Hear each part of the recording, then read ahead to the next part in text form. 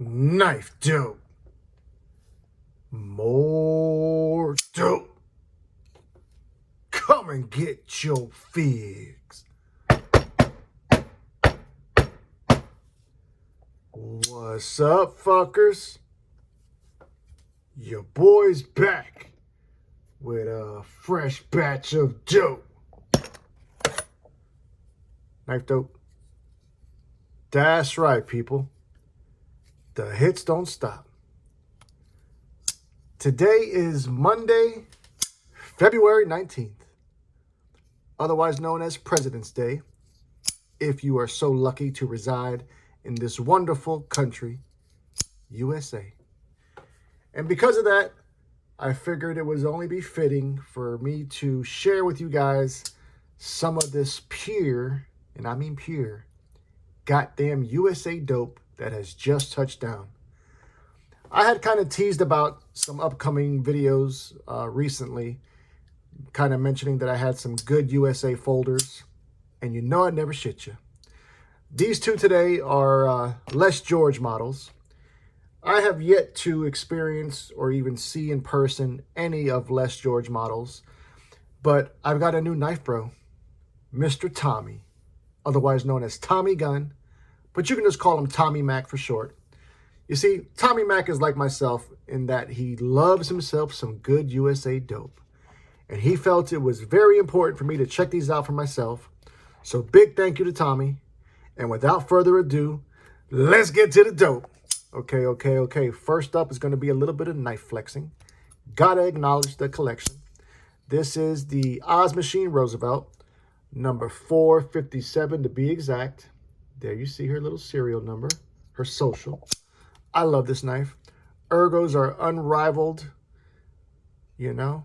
Fit and finish, tolerances, USA made, all that good shit. And I feel fortunate and blessed to have this in my collection.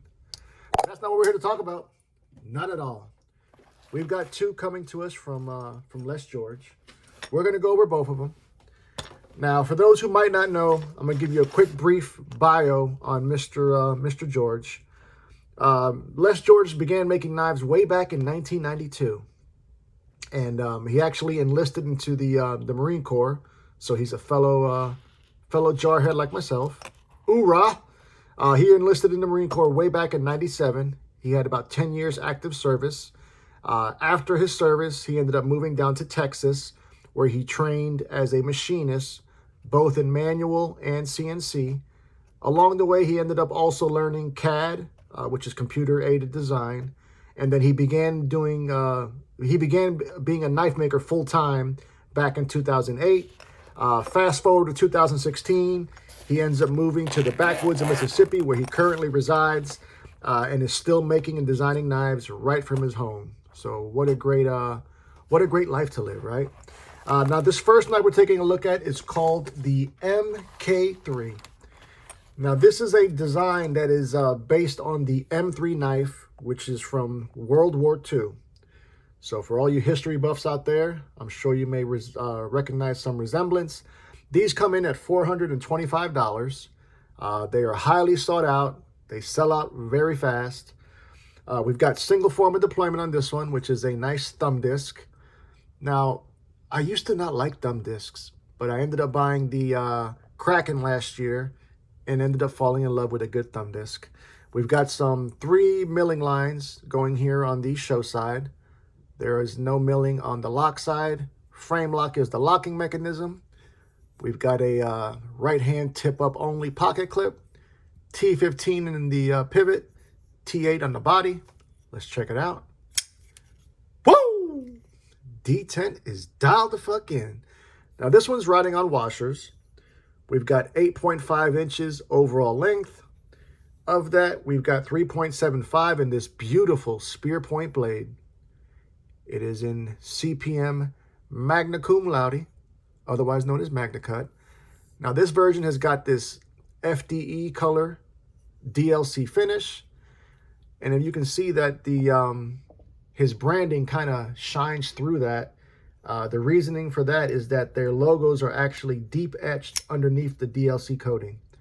So therefore you see it kind of shining through. Looks like we've got a raw stonewash finish on the handles. Buttery, glassy, smooth action. You know, it is very, very smooth. Now, as far as your disengagement goes, it leaves something to be desired. You know, I ain't never going to shit you. He seems like he barely cut any access here on the show side. And then we've even got a smaller chamfer on the actual lock bar. But that being said, I can disengage it. Give it a couple shakes. Couple goddamn shakes. And she comes to the house. I swear the bitch does. Ergonomically, we've got plenty of real estate, so you can get a full purchase, no refund for sure. 150 thousandths is our blade stock. Add that in conjunction with this nice full-length swedge on the spine of the blade, and you've got yourself a slicey hoe. USA made. Weight comes in at 4.94 ounces. Let's go ahead and put some knives up for some size comparison. Basically, a little bit of knife flexing. You know how the fuck we do. Going to keep it all America for this one. Starting out like this. The Spyderco PM2 Blade Ops exclusive. So you can see that MK3 is about the, actually a little bit bigger than the PM2. How about this one? The Hinderer Eclipse. Fully modded, of course. And actually the MK3 is about the, oh shit, maybe a little bit bigger than that Eclipse. Let's do two more. God damn it, two more. Gotta go with a Demko. AD20s in the house. Rocking those gorgeous Original Goat titanium scales. You can get some of these too. Just head on over to originalgoat.com and treat yourself. Just be sure to use code FUCKER for 15% off your purchase. Last but certainly not least, gotta do a Benchmade. We're gonna go with the Narrows. And so you can see that the MK3 is bigger than that. Now, something for you to consider. Okay, it just kind of dawned on me. You know, this small batch USA folder, MK3, comes in at $425. Then you've got the, you know, the wildly produced or mass-produced Benchmade Narrows, $522. You know, I guess you can't put a, I don't fucking know what I'm trying to point out. Maybe just that the fact that Narrows is extremely overpriced. But we've already discussed that. But as far as this one goes, I dig it. You know, don't necessarily know if this is one that I would pursue, but I like it nonetheless. Nice design. All right, let's get to the next one. Now, if I'm being honest, this is the one I've been waiting to check out. This is called the VECP, and these come in at $425 also. Now, you're probably wondering, what the fuck does VECP stand for? Well, it stands for Value Engineering Chain Proposal. The basic concept behind that is to take something and streamline it while retaining the utility and mission readiness of that object. When it came to the VECP, their project goal was to basically take the design of Les George's fully custom Rockeye folder and just streamline the manufacturing, in essence, to create a utilitarian version of that, make it more attainable and more affordable as opposed to his customs. Now, these are also built in the same shop with the same attention to detail as his full custom knives are. The only difference is going to be when it comes to the grind. The VECP blades are machine ground as opposed to hand ground like his customs are. Now, this one also is a plunge lock, you know, button lock, which is, I did not know that. Right out the gate, we've got single form of deployment, which are these robust set of tits. Looks like there's, something looks different. You see, like, this one looks like it's got a little something different on it. What the fuck is that? Oh, wow. Okay. It looks like we've got a, I don't know. It just looks different. They look like different thumb studs. Maybe it's just because of the, we've got tooling on one side versus not the other. Okay, disregard. All right, let's deploy the knife. Woo! D10 is dialed the fuck in. There it is. Looks just like the Rockeye, as it should. Now, overall length on this one comes in at 8.1 inches. So definitely full-size knife once again. Blade length coming in at 3.5. Nice drop point blade here. Same blade steel, magna cum laude.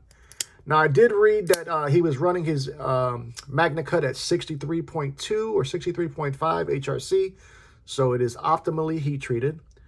This one has got a nice high flat grind. That same raw stonewash finish looks good. Same finish on these handles. Now, these are solid titanium. There is no liners in there at all. We do have what they call, I think they call this a morph pattern here on the handles. Now, something else I'm just noticing is you can see here on the clip side of the knife, you've got a bulge that stands proud. And what that is that is actually the housing for your plunger on this button lock. So I'm assuming the reason he did that was to accommodate maybe a stronger or bigger plunger in conjunction with a stronger spring. I mean, that's just what I'm going with. Open back construction. This time around, that pocket clip is right or left hand tip up. And they even gave those lanyard holes they even gave a lanyard hole for the weirdos. Score one for the weirdos. 150 thousandths blade stock thickness once again. I like this. 5.36 ounces. Once again, made here in the USA. Now, these sell out almost instantaneously. They are highly sought out, and I can understand why, you know. I feel quality. I feel like just robust. I feel like this knife, granted, I know plunge locks get a bad rep because a lot of companies do not do them right, but I just feel like confident when I got this in the fucking hand. Now, there is no place for you to choke up. You do have a finger guard there, so in essence, you could choke up on that. You could fuck around and find out. I would venture not to, but hey, you're your own individual. Love the milling pattern. I love everything about this. I really do. I might have to start trying to get me a Les George. Let's go ahead and put some knives up for some size comparison on this one. Once again, we're going to keep it all American. I'm going to go out with my first two only other USA-made plunge locks in the collection. First one is coming to us from ProTech, and that is the Mordax. So there you see the VECP up against that. This next one, quite a bit smaller, but just as enjoyable, and that is the Hogue X1. So quite clearly, the VECP is bigger than that. Let's do two more. God damn it, two more. How about a brown knife? We're looking at the Mini FSD, number 427 to be exact. Last but certainly not least, more American dope for your palate. We're going to go with my favorite, the TommyMac 2 3.5 rendition. And yet again, that VECP is bigger than that. Yes, people, I am a fan of Les George knives. At least of the two I've experienced today. In particularly, this one right here. I've got to get one of these. Great action. Listen to the acoustics. Oh, man. I'm fucking digging it. You know, like I mentioned, 5.3 ounces, so it does have a little bit of weight. But that's because we've got zero, and I mean zero, weight reduction milling on the inside of the solid slab. Wait, is that milling on that side? Okay, I'm fucking tripping. They do have a pocket cut out on the inside, so it's about this big. If the pocket's like a rectangle on both sides of the knife. So shit, I imagine if they didn't do that, the weight on this thing, you know, where we'd probably be closer to 7, 6.5, something like that. But nonetheless, I like it a lot. I think out of the two we looked at tonight, both of them feel well built. Both of them here, you know, manufactured in the States. But I think for my money, I got to get that VECP. But more importantly, I want to know what you fuckers think.